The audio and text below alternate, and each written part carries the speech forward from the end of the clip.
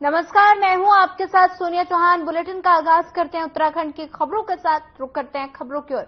मुख्यमंत्री पुष्कर सिंह धामी पौड़ी पहुंचे, जहां सीएम धामी ने विकास भवन सभागार में जिला स्तरीय अधिकारियों के साथ विकास कार्य की समीक्षा की। इस दौरान सीएम ने जन समस्याओं और मानसून सीजन को चुनौती से निपटने को लेकर बैठक में चर्चा की। समीक्षा बैठक से पहले सीएम ने 133 करोड़ के विकास योजनाओं का शिलान्यास और लोकार्पण किया। विकास योजनाओं को लेकर शुभारंभ तस्वीरें पौड़ी से हैं, जहां पर अधिकारियों के साथ मुख्यमंत्री पुष्कर सिंह धामी ने बैठक की विकास योजनाओं का शुभारंभ किया गया। और वहीं सीएम पुष्कर सिंह धामी का पौड़ी दौरा, और इस दौरान उन्होंने अधिकारियों के साथ समीक्षा बैठक भी की। बैठक में तमाम अधिकारी भी मौजूद नजर आए। विकास योजनाओं का शुभारंभ भी किया गया। वहीं अधिकारियों के साथ समीक्षा बैठक की गई। बैठक में कई मुद्दों को लेकर चर्चा की गई और साथ ही बैठक में सभी अधिकारियों को निर्देश भी दिए गए। उत्तराखंड में 2 विधानसभा सीटों बद्रीनाथ और मंगलौर पर उपचुनाव को लेकर बस कुछ ही दिन बाकी रह गए हैं। ऐसे में चुनाव प्रचार अपने चरम पर है और साथ ही बयानबाजियों का दौर भी जारी है। बात करें मंगलौर विधानसभा सीट की, तो वहां पर कांग्रेस के प्रत्याशी काजी निजामुद्दीन एक प्रबल दावेदार के रूप में दिखाई दे रहे हैं और इसी को लेकर कांग्रेस का भी मानना है कि उपचुनाव में मंगलौर सीट पर कांग्रेस की ही जीत दर्ज करेगी। और साथ ही प्रदेश कांग्रेस मुख्य प्रवक्ता शिषपाल सिंह बिष्ट ने कहा कि जहां कांग्रेस के प्रत्याशी काजी निजामुद्दीन वर्षों तक क्षेत्र की जनसंख्या को उठाते आए हैं, उनके बीच में रहकर जनहित में कार्य कर रहे हैं, वहीं बीजेपी का प्रत्याशी करतार सिंह बढ़ाना, जो कि बाहरी प्रदेश से आया है, उसको जनता स्वीकार नहीं करेगी।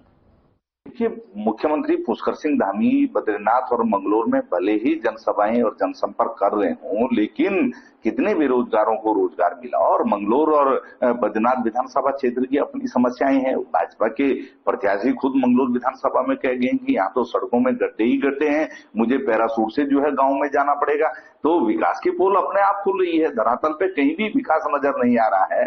और मंगलौर की अगर बात करें तो किसान वहां पर जो है एमएसपी की मांग को लेकर के, गन्ना भुगतान की मांग को लेकर के, सड़कों के बुरे हालातों को लेकर के लंबे समय से आंदोलनरत है।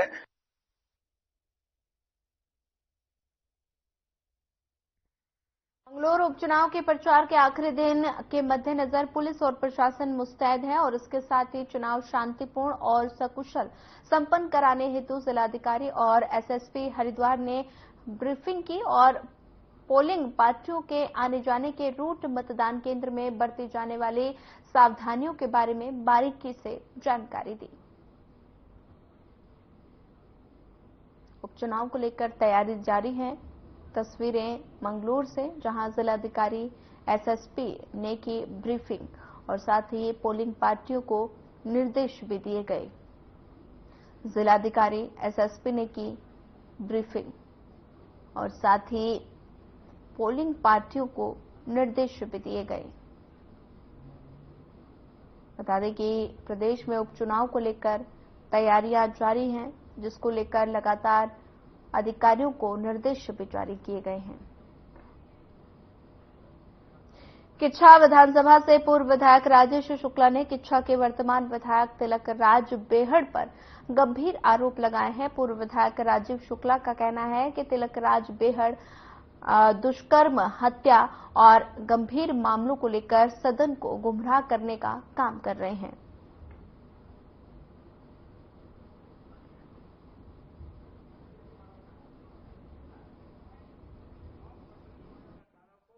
तो सरकार के लोग मीडिया से रूबरू नहीं हो सकते? ये कौन सी बात है? नहीं, पुराना मामला नहीं है। 3 तारीख को मुकदमा कायम हुआ है। 3 तारीख को मुकदमा कायम हुआ, 3 जुलाई को, और 5 जुलाई तक मैं डीजीपी तक पहुंच गया, आपके पास आ गया। कहां लेट हूं मैं? और उसके पहले भी मैंने सभापति जी को पत्र लिखा था, मीडिया को भी कहा है, वहां भी कहा है उधम सिंह नगर में। मैं प्रदेश की राजधानी में इसलिए आया हूं कि सदन जो होता है वो सरकार से ऊपर होता है। सदन का दुरुपयोग किया जा रहा है।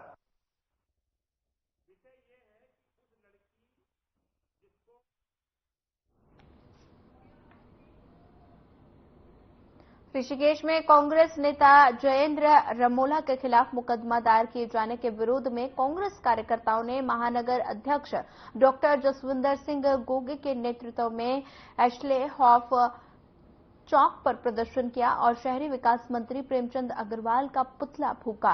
इस दौरान गोगे ने कहा कि कांग्रेस नेता रमोला ने मंत्री प्रेमचंद अग्रवाल के विधानसभा क्षेत्र में निर्माण कार्यों की गुणवत्ता पर सबूतों के साथ सवाल उठाया।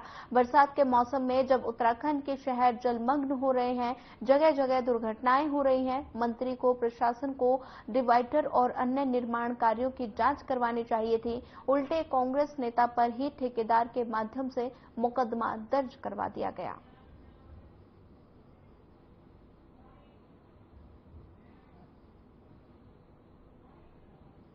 और इन्होंने बोला था कि एक कट ऑफ डेट थी, उस कट ऑफ डेट पे पूरे देहरादून में जितने स्मार्ट सिटी के काम है खत्म हो चुके हैं। अब ये आप लोग शहर में घूम रहे हैं, आप बताइए स्मार्ट सिटी के सारे काम खत्म हो चुके हैं। जिस दिन बारिश आती है तराई तराई हो जाती है, सारे नाले जो है सड़कों में बहने शुरू हो जाते हैं और काम में सबको दिख रहा है जीरो टॉलरेंस किया है। और दूसरी बात, अगर कोई आदमी आवाज उठा रहा है आप उस पर मुकदमा दर्ज कर देंगे, ये है लोकतंत्र। इसके खिलाफ हम आवाज उठा रहे हैं और हमने पुतला दंड किया है।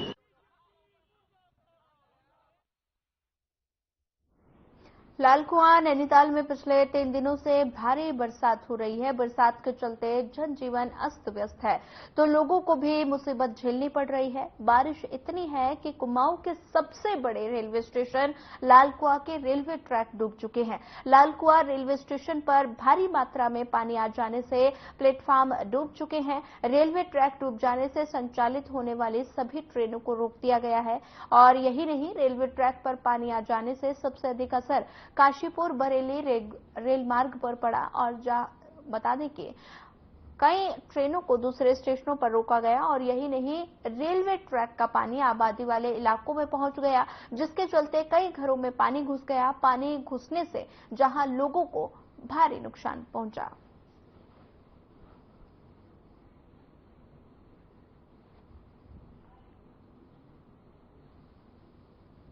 देखिए, कल रात से ही, जबकि मैं कहूँगा कि परसों से ही यहाँ से बारिश लगातार जारी है और कल से आज सुबह 8 बजे तक का 24 घंटे में 800 mm से अधिक बारिश रिकॉर्ड की गई है।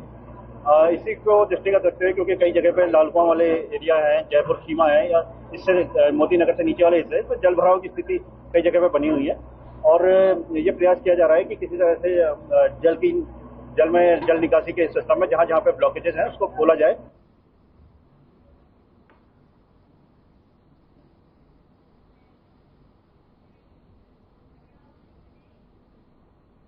सीएम पुष्कर सिंह धामी ने लगातार हो रही बारिश को देखते हुए तुरंत राहत एवं बचाव कार्यों, जान माल के नुकसान, लोगों को हो रही समस्याओं के समाधान के लिए आयुक्त कुमाऊं, डीआईजी और कुमाऊं मंडल के सभी जिलाधिकारियों, पुलिस अधीक्षकों के साथ वर्चुअली बैठक की।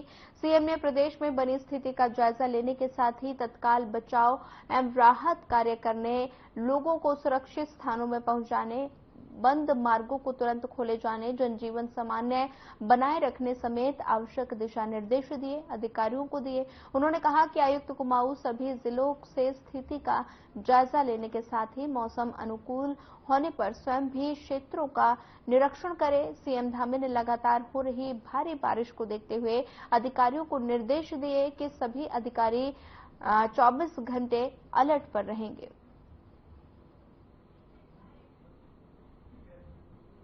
जी का भी फोकस यह है कि इस समय जो जल भराव की स्थिति बनी हुई है और जो तेज बहाव बराज में है, उसके क्रम में लोगों को उनके सुरक्षित स्थानों पर पहुंचाया जाए। तो उन्हीं के निर्देशानुसार इस समय हम लोग भी पूरी तरह से सर्च एंड रेस्क्यू पर ही फोकस किया। इस समय हमारा जो फोकस है वो इस समय राहत और बचाव पे है, तो लोगों को सुरक्षित स्थानों पर पहुंचाना है। और उसके बाद जो हमारा इमीडिएट चैलेंज होगा कि हम लोग वहां पे स्वच्छ पेयजल की, विद्युत आपूर्ति की और जो हमारी मेडिकल सुविधाएं हैं उनको हम लोगों को वहां तक पहुंचा सके, ताकि बाद में कभी किसी प्रकार का हैजा या बीमारी ना फैले वहां पे।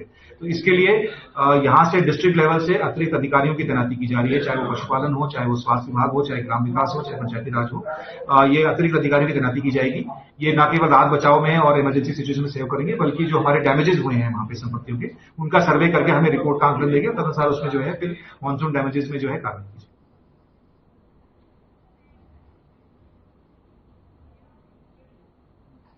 अल्मोड़ा में लगातार बारिश के कारण जनजीवन अस्त व्यस्त हो गया है। उत्तराखंड में मौसम विभाग ने रेड अलर्ट जारी किया है, जिसको लेकर 1 से लेकर 12वीं तक के स्कूलों को बंद कर दिया गया।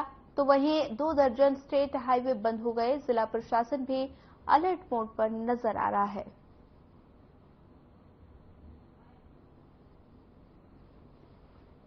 वर्तमान में मौसम को देखते हुए मौसम विभाग ने रेड अलर्ट घोषित किया है। मैं सभी जनपद वासियों से अनुरोध करना चाहता हूं कि मौसम को देखते हुए हम सुरक्षित स्थानों पर रहें। हम पहाड़ पे और ढलाव जैसी स्थिति में ना जाएं, अनावश्यक रूप से गधेरों के पास, नदियों के पास ना जाएं, ऐसी कोई स्थिति में ना फंसें जहां हमें दिक्कत हो सकती हो।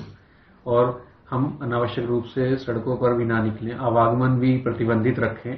और साथ ही यह भी अनुरोध करना चाहता हूं कि सभी लोग सुरक्षित रहें और आसपास के लोगों को भी सुरक्षित रखें।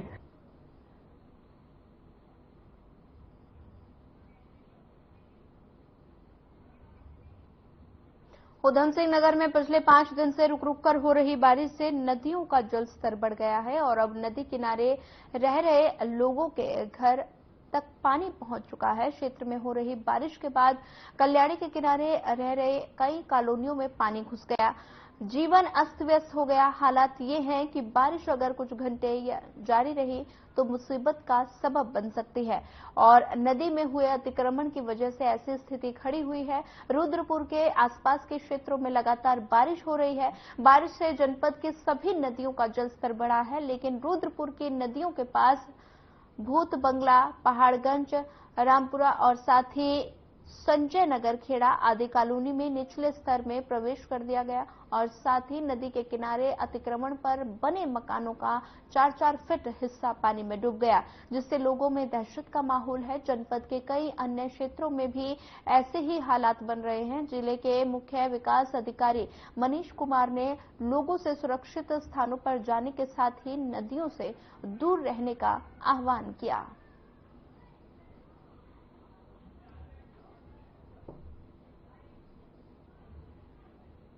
देखिए, जैसा आपको विदित है, यहाँ लगातार विगत 5 दिन से रुक रुक बारिश हो रही है और हम लोग कल की बात करें, कल दिन में और रात में तो बारिश लगातार रही है और कुछ क्षेत्र जो है हमारे यहाँ वहाँ पे बारिश का वेग तेज रहा और औसत से ज़्यादा हमें खटीमा और सितारगंज एरिया में बारिश जो है वो मिली है। साथ ही हमारे पूरे जनपद में आज लगातार बारिश जो है उसको 4 घंटे हो गए हैं, तो उस पर हम लोग कार्य कर रहे हैं। हमारी सारी टीमें जो है SDRF की और NDRF की टीमें हैं, जिसमें 2 NDRF की टीमें हैं, 3 SDRF की टीमें अभी कार्य रेस्क्यू का काम कर रही हैं। खटीमा में जहाँ जहाँ बाढ़ की स्थिति है वहाँ पर अभी जो हमारी रेस्क्यू की टीमें हैं वहाँ पर लगी हुई हैं।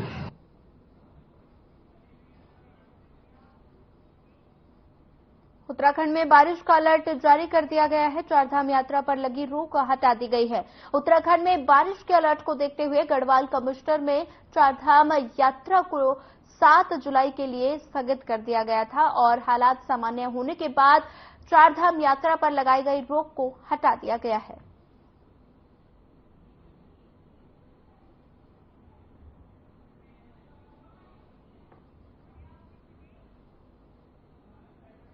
पिछले 48 घंटे से हो रही भारी बारिश और गौला नदी के जलस्तर बढ़ने से क्रिकेट स्टेडियम की तरफ भूकटाव का शुरू हो गया है और साथ ही जानकारी मिलते ही मौके पर सिटी मजिस्ट्रेट AP वाजपेयी और साथ ही सहायक खेल निदेशक राधिका सिद्दीकी और तहसीलदार सचिन कुमार अधिकारियों समेत मौके पर निरीक्षण किया और सिटी मजिस्ट्रेट APJ वाजपेयी ने अंतर्राष्ट्रीय स्टेडियम के गौला नदी किनारे पश्चिमी छोर का निरीक्षण करते हुए लगातार गौला नदी के जलस्तर से हो रहे भू कटाव को निरीक्षण किया और साथ ही इस दौरान बताया गया कि खेल विभाग के उच्च अधिकारियों को इस संबंध में अवगत करा दिया गया है और साथ ही जलस्तर कम होने के बाद उपरोक्त हिस्से में बाढ़ सुरक्षात्मक कार्य करने के निर्देश दिए गए हैं और खेल विभाग के अधिकारियों को लगातार मॉनिटरिंग करने को कहा गया है।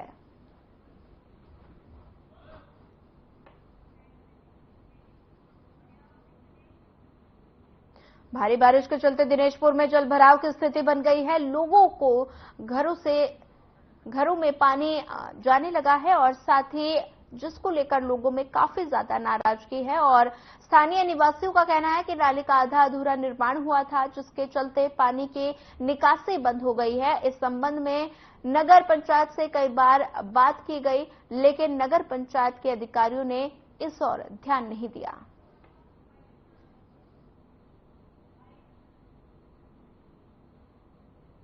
सर, जैसा कि आप देख पा रहे हो, आज थोड़ी हल्की सी बारिश में यहाँ पे सुंदरपुर रोड पे नाले बनना था, जो कि नगर पंचायत से काफ़ी पहले स्वीकृत हो चुकी है, लेकिन पुलिया सिर्फ पुलिया तक ही सीमित रह गई है और ये नाले अभी तक नहीं बना है, जिस कारण यहाँ पे काफ़ी घरों में अंदर तक पानी भरा हुआ है। और ये मामूली एक दिन की बरसात के कारण इतना हाल है, तो आप अंदाज़ा लगा सकते हैं कि बाद में कितना दिक्कत आ सकती है।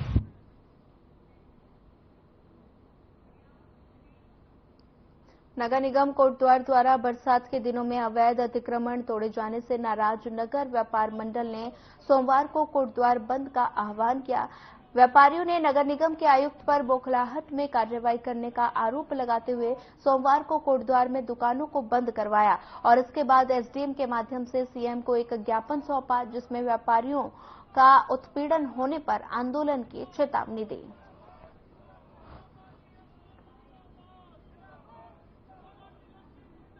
मतलब पर्टिकुलर 2-3 दुकानों पर रात शाम 5 बजे के बाद निशान लगाए गए और निशान लगाने के बाद दुकानदार को ये भी कहा गया कि कल निगम में आके अपना पक्ष रख देना।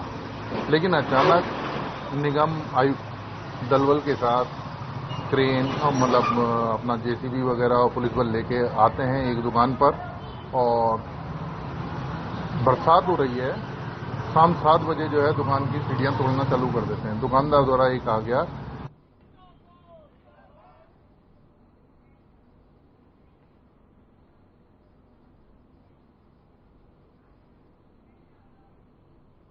चलिए सीधे लिए चलते हैं चमोली, जहां पर बीजेपी के पक्ष में जनसभा का आयोजन किया गया, जिसमें सीएम पुष्कर सिंह धामी शामिल हुए। क्या कुछ कह रहे हैं पुष्कर सिंह धामी, आइए आपको सुनाते हैं।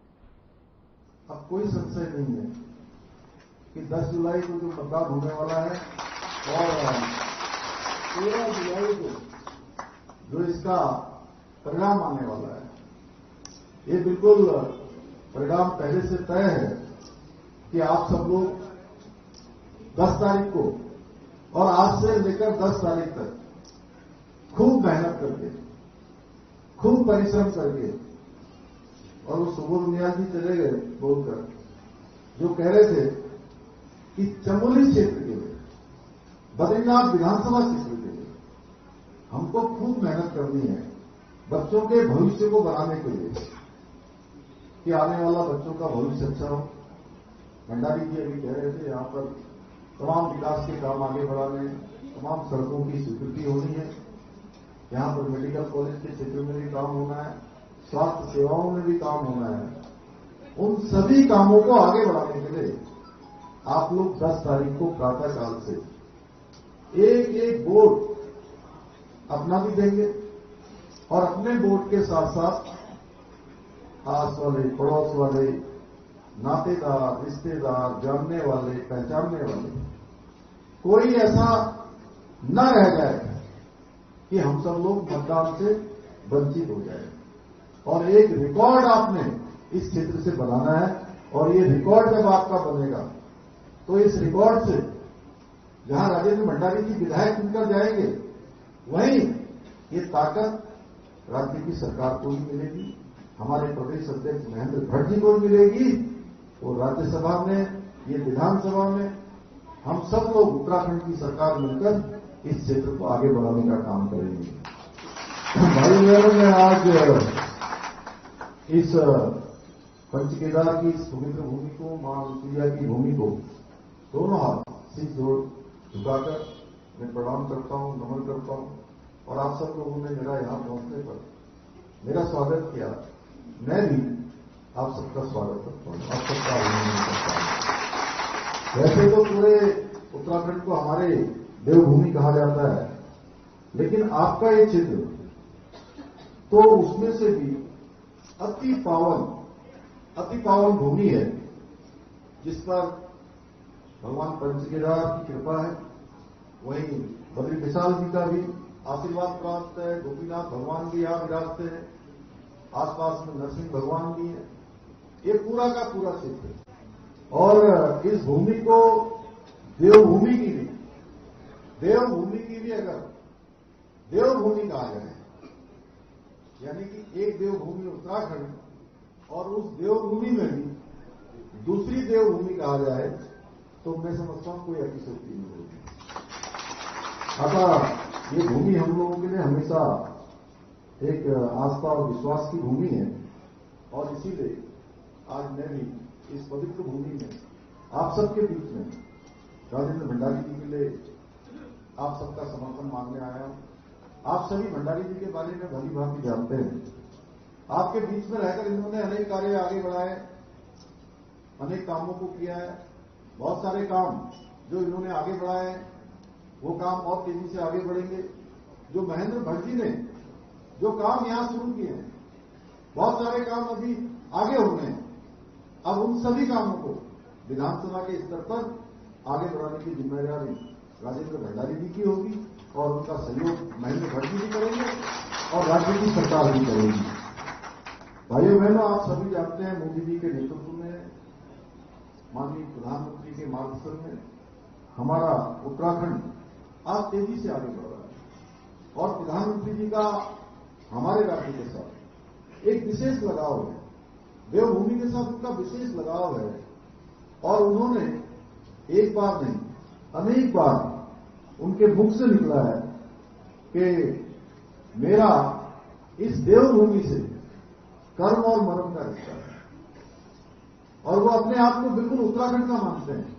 आपने देखा होगा जब भी वो उत्तराखंड आते हैं तो उनकी वाणी से, उनके विचारों से, उनके भाव से दिखता है कि उत्तराखंड के साथ उनका कितना जुड़ाव है और इसीलिए उत्तराखंड की जो सरकार है उनके मार्गदर्शन में तेजी से काम कर रही है। डबल इंजन की सरकार काम कर रही है और जब आप यहां भी आने वाले समय में 10 जुलाई को भारी बहुमत से भाजपा को जिताएंगे तो डबल इंजन के साथ साथ यहां 3 इंजन हो जाएंगे, एक तीसरा इंजन और लग जाएगा, जिससे इस क्षेत्र का विकास और तेज गति से आगे बढ़ेगा।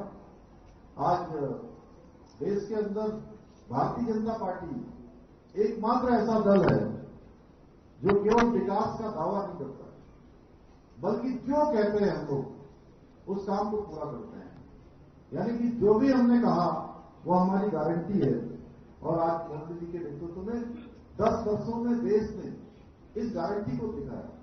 किस प्रकार से भारत आज समृद्ध भारत बन रहा है, किस प्रकार से आज भारत समृद्ध भारत बन रहा है, किस प्रकार से आज भारत शक्तिशाली भारत बन रहा है, किस प्रकार से भारत आज दुनिया का सिरमौर भारत बनने की दिशा में तेजी से आगे बढ़ रहा है, किस प्रकार से आत्मनिर्भर भारत बनने की दिशा में उभरा है। आज दुनिया के बड़े बड़े देश हमारे देश के सामने नतमस्तक है, क्योंकि कभी भारत को पिछड़ा और गरीब देश समझने वाले जो आज पश्चिम के देश जो अपने आप को विकसित देश मानते हैं, वह भी आज भारत की जो कायाकल्प हो रही है, कायाकल्प आप सब जानते हैं, उस कायाकल्प को देखकर आज दुनिया के बड़े बड़े देश आश्चर्यचकित हैं कि आखिर भारत इतनी तेजी से कैसे विकास कर रहा है, कैसे आज हर क्षेत्र में आगे बढ़ रहा है, कैसे आज भारत नित नए नए इतिहास रच रहा है, कैसे आज उन्नति की उड़ान भर रहा है, कैसे हम चंद्रमा पर चंद्रयान स्थापित कर दे रहे हैं, कैसे आज हम स्वदेशी हथियारों का एक अत्याधुनिक जखीरा खड़ा कर दे रहे हैं। आज पूरे विश्व भारत को सम्मान की दृष्टि से देख रहा है। आज भारत का मान सम्मान पूरे विश्व में बढ़ा है। आपको याद होगा एक समय था जब हमारे पड़ोसी देश भारत को आंख दिखाया करते थे, लेकिन आज मोदी जी के मजबूत नेतृत्व के आगे सारे के सारे नतमस्तक हैं।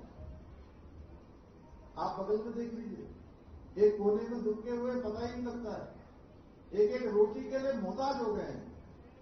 पहले हमारे आतंकवादियों को भेजा करते थे, अलगाववादियों को भेजा करते थे, जिहादियों को भेजा करते थे।